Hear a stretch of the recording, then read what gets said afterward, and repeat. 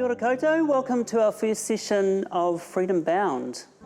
As we came out of last year with its various lockdowns and restrictions, Kath, Michael and I got to talking about the idea of freedom and what freedom means for us as individuals, what it means for us as a community, and how God defines that for us.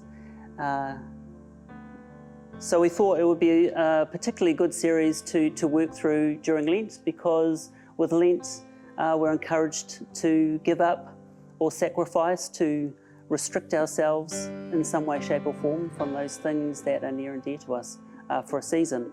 And so it seemed to parallel quite nicely with that. And this week we had another lockdown. So all things seemed to come together quite beautifully for the start of this session. Unfortunately, we're in St Luke's without you. It's just myself, Michael, and Rob behind the camera. Thank you, Rob, for being here.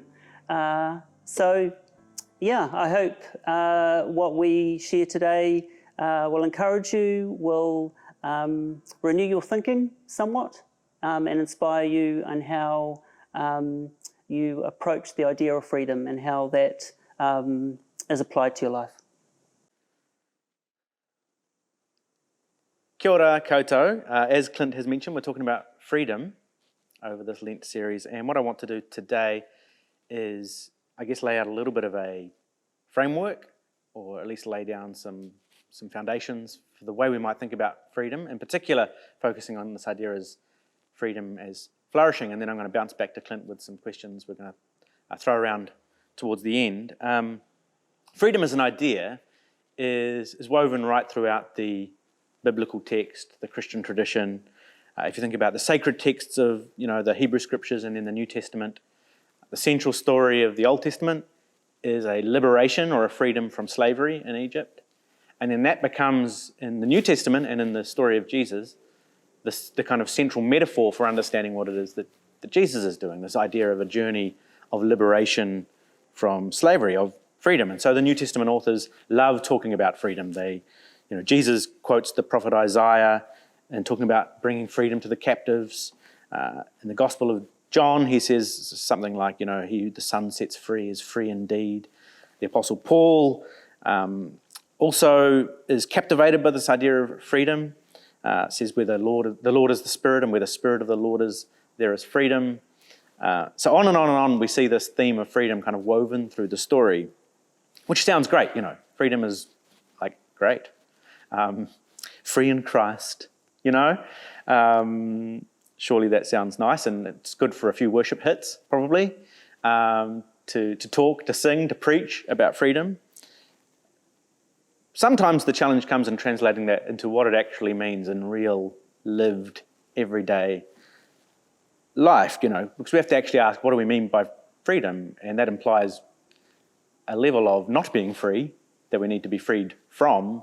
And sometimes Christian preachers, I think, have answered that kind of question with, well, you're free from sin, or maybe free from the power of sin. And that sounds good too, I suppose, if you don't like sinning, which you shouldn't. But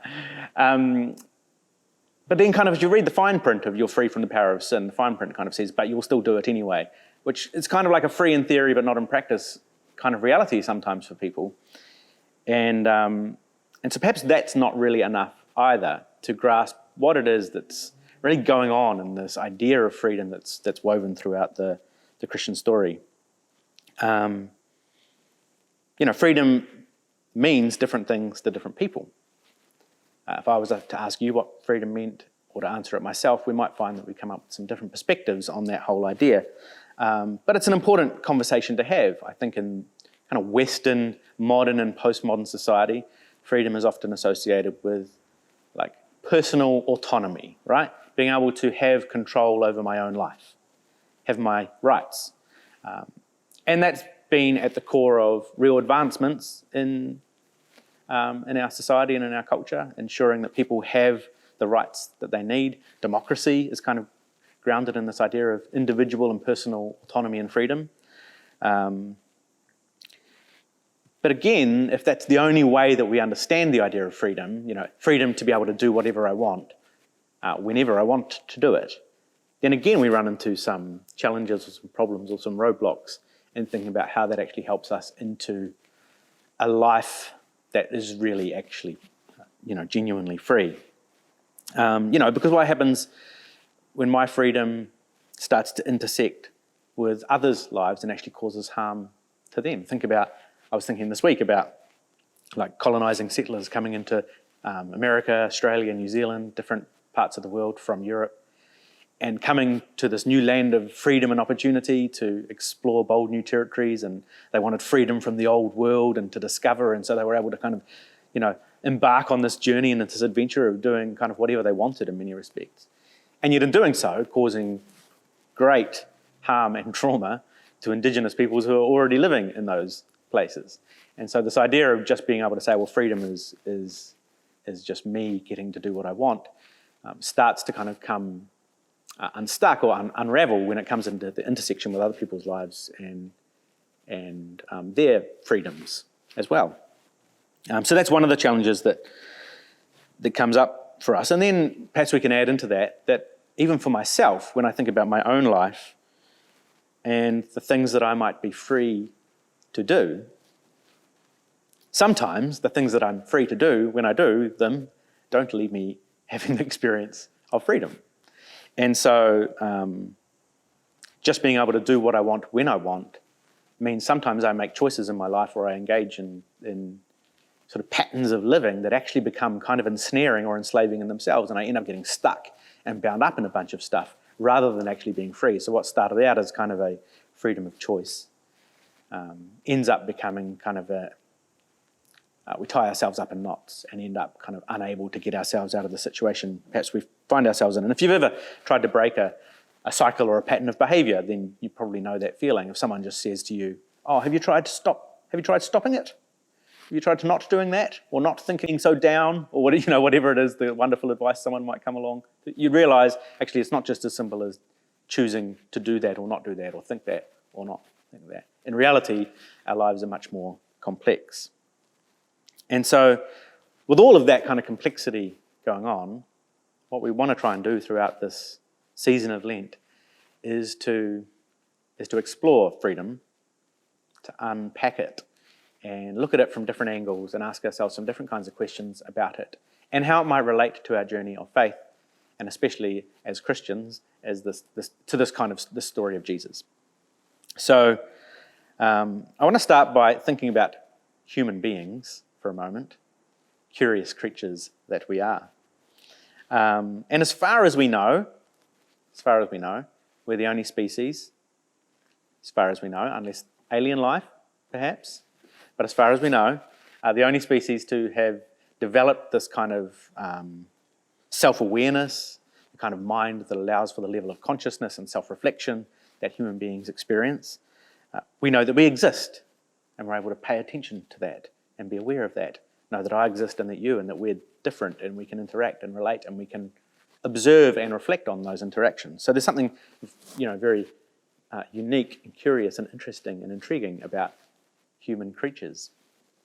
Along with this conscious awareness comes, a set of opportunities and challenges, if you like. I think human beings are uniquely capable of good, of exploring the beautiful and the true, and of acting in self-giving love and in these beautiful kind of ways that lead to the flourishing of human life. Not just ours, but others. But we're also kind of uniquely capable of acting in ways that cause harm, whether that be to ourselves or to others, or to the kind of ecological system that we are a part of. And so we have these kind of, because of the unique creatures that we are, this unique capacity to act in ways that are profoundly good and also in ways that are profoundly harmful. And that's kind of the paradox of the human condition. And we find ourselves, I think, leaning in those two directions all the time, sometimes simultaneously, right, in different areas of our lives, where we're able to lean into the good, the true, and the beautiful, but we're also able to lean into the harmful and the broken and kind of destructive ways of being. And so while we're kind of, in one sort of understanding of freedom, right, we are free to lean into that good, and we're also free to lean into the harmful. But when we do lean into that which is good and true and beautiful, we actually discover a life that is much more free than the kind of life we discover when we lean into those things that are more harmful and destructive for us and for others around us.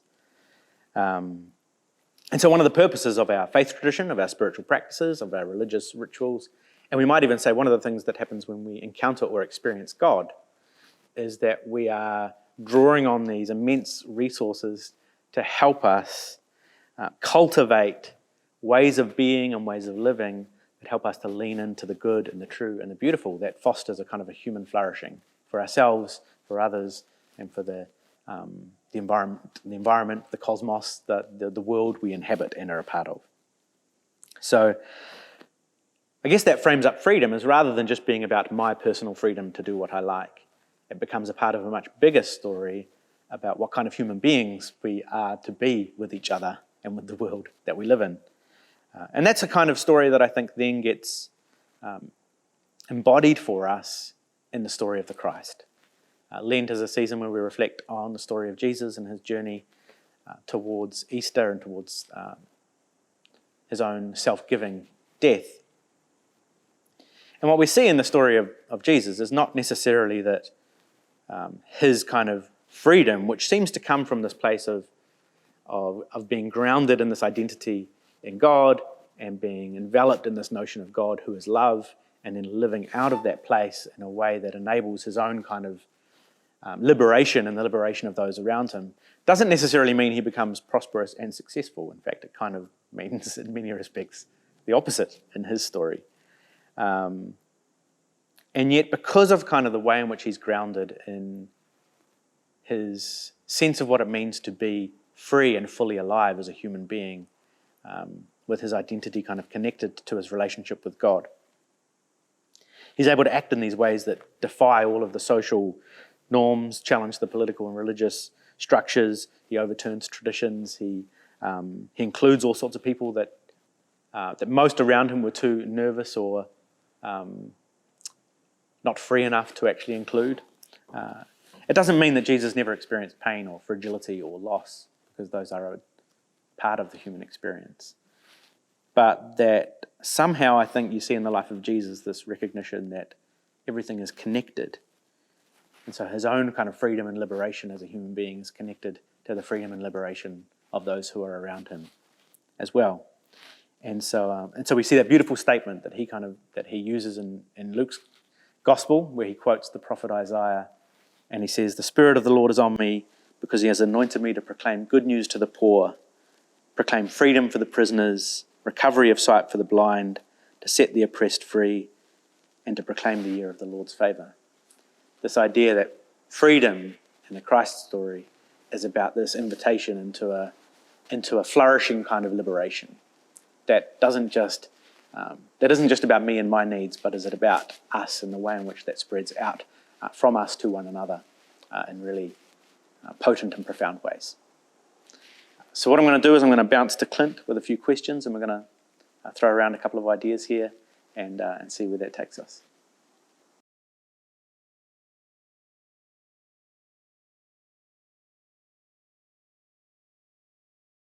All right, Clint, so I've been talking about this way of thinking about life and this invitation into kind of human flourishing as a pathway into thinking about what freedom might look like, rather than simply this kind of I can do what I like idea.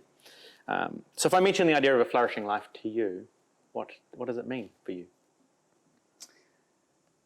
For me, I think it means that I live life out of my strengths, my gifts, my abilities, those things that make me who I am. If I'm living out of those things and applying those things to my life and my decision making and my relationships, I think that is a big part of what I think makes me flourish.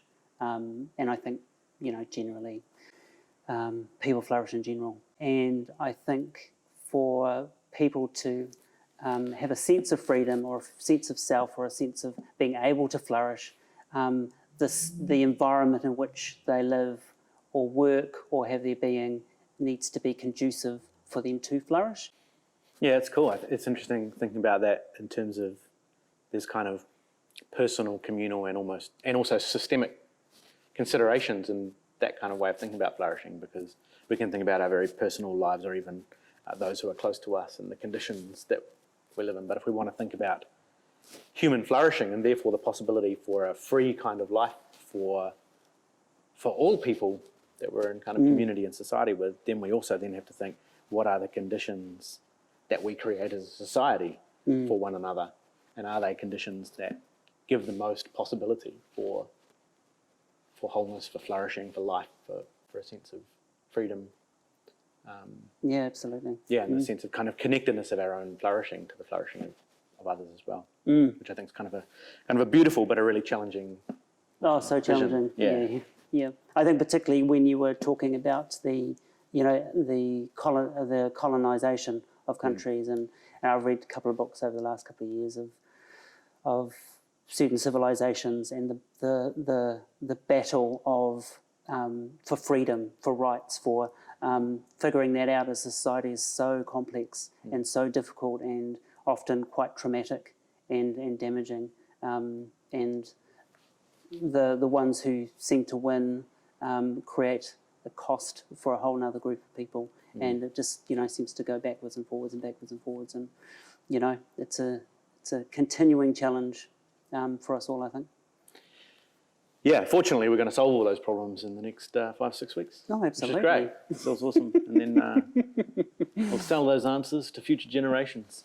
Yeah, it's complex. And then the hope, the invitation, I think, is to say, okay, how does our faith tradition, how does our spirituality resource us to tackle some of these challenges? How does it speak into those challenges and offer us at least some ways of moving forward? Yes. Right, let me ask you a slightly different question then, more personal perhaps. Has there ever been a time when you have felt truly free? And if so, what was that? What was it? What was it like? Describe it. Paint a picture. Oh, yeah. Fortunately, I can say many times. So that is fortunate. I think for me, and I'll give some examples, but I think for me, and to sum it all up, is when my mind is the most free to think and to imagine and to just run wild. And I think that's when I am probably feeling the most free. And so there's a number of situations or environments where I feel that. Running, I think because running is so difficult for the body, or for my body anyway, it frees my mind, and I'm free to think and to imagine and to contemplate while my body's doing all the work. And it surprisingly is a very freeing experience for me. Dancing in a group of people or when no one's watching. Oh, you're like an inspirational poster, aren't you? Dance like no one's watching. Actually, yes, good. A friend of mine was talking about a therapy. Was it therapy? I don't know if it was therapy, but a group where they play music and you just come and you just dance. And everyone just kind of interacts, but just in this room. And she was telling me about it. I went, oh, that just sounds amazing. And I haven't explored anything further, but I think that, I used to be quite a committed clubber back in the day. And I think the reason why I loved it is because being in the middle of a dance floor with a room full of people who don't know you and don't care is completely liberating and freeing for me. And I just loved it. And it was, particularly in my 20s, it was the space where I felt the most free and the most alive. It was awesome. It's interesting thinking about that in light of the kind of what are we free from, that perhaps especially in the West, and I come from good British stock, and dancing is when I feel the most awkward in my life. We're so different, aren't we? Yeah, we are. But but I like the idea of it. But what I recognise is a struggle with my own sense of embodiment, right? Because I think what does feel so free, I have danced from time to time, and what does feel free about it is the sense of kind of abandonment to movement, to your own embodiment as well. I think in some sense, and even when you're talking about running, perhaps there's a similar kind of sense to that, of actually being freed from the kind of enslavement to what everybody's thinking about you, or to the kind of disembodied Western life that we so often live. Yeah. I am very sensitive to people's opinion, I guess, and so in those environments, there's no opinion. I'm not a person. I'm not a role. I'm not a label. I'm not anything. I'm just this free person, just doing whatever I need to do, and being free to do that is quite liberating. Swimming's the same, actually. When I'm swimming, I'm just a body in the water. No one knows who I am. No one cares who I am, and I'm just having an awesome time. And my mind's free, and there's great freedom in that as well. So yeah, that's cool. All right, what about and how your kind of your faith and your spiritual journey, your relationship with God? Have there been ways in which that's helped you to experience a kind of a freedom or a liberation in your life that maybe you wouldn't have found otherwise, or that your faith has given you a particular kind of impetus or resource or help in discovering a kind of freedom in your life? Yeah, absolutely. I think God has given me a real sense of identity. I think in a world where, you almost go crazy trying to figure out who you are based on a whole lot of external information and messaging. There's something about connecting to God, being rooted in God and anchored in God, that is just so freeing and so grounding, in the sense that you understand who you are because of God's design and how we are created and how we're formed. He knows it so well, and so he knows us, he knows me, he knows you, better than we know ourselves, particularly when we're born. And so he is more motivated sometimes, I think, than I am to see that come into fullness, to see the strengths and the abilities and the gifts and the talents all come to life, all flourish and grow over time. I think they are more committed to that process. I wasn't going to make any comment about your masculine language. There's 3 champions for us to see that come about, and I think that that just keeps me coming back to God. It is difficult trusting that, I think, sometimes trusting that God knows me best, that God has got the best for me. Over the years, it's always a matter of trust, I think, in that. Trusting God's love, trusting God's encouragement and support for me and for us. But time and again, when I've stuffed up or when I'm, done something wrong, when I'm down or depressed or whatever, and I'm praying, God's like, you're fine, you're great. Just get on with it, and he's just so reassuring and so amazing that way, that I think it provides a sense of, I'm not bogged down with my own issues, I'm not bogged down with my own insecurities. He lifts me up out of that, and it's a bit cliche, the psalm that lift me out of the miry clay, but it's true. It's so true. I just, so many times, I'll go and sit, and God's like, you're fine. And that's sometimes all he says, all she says, all they say. And it's a beautiful encouragement and beautiful, freeing thing to get back up and carry on with life and do what you do. So, yeah. So. Great.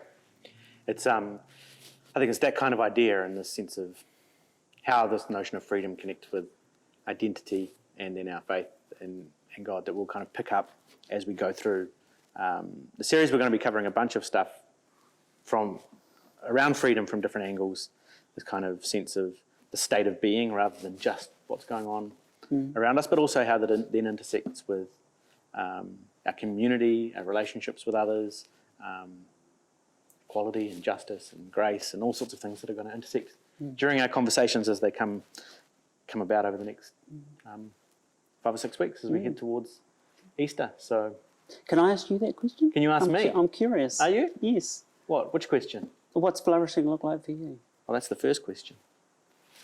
What does flourishing look like for me? I think some of what you've captured, and obviously some of what I've already said, albeit in my somewhat abstract theological headed way. But I think there's this tendency in our lives to either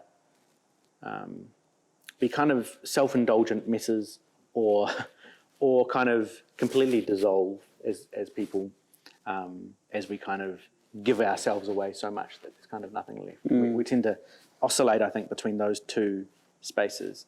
And so for me, flourishing, I think, is what does it look like to capture that kind of paradox, I think, of the Christian faith, actually, which is the sense that there is this kind of existential or experiential kind of liberating sense of freedom that comes internally as we walk out our journey, but that's one that comes with this challenge and invitation to not to be self-indulgent, or that kind of liberation doesn't come about just by getting all the things that I want and need, but actually by this kind of the self-giving way of being in the world. And so I feel like flourishing is somehow in the conversation, in that space.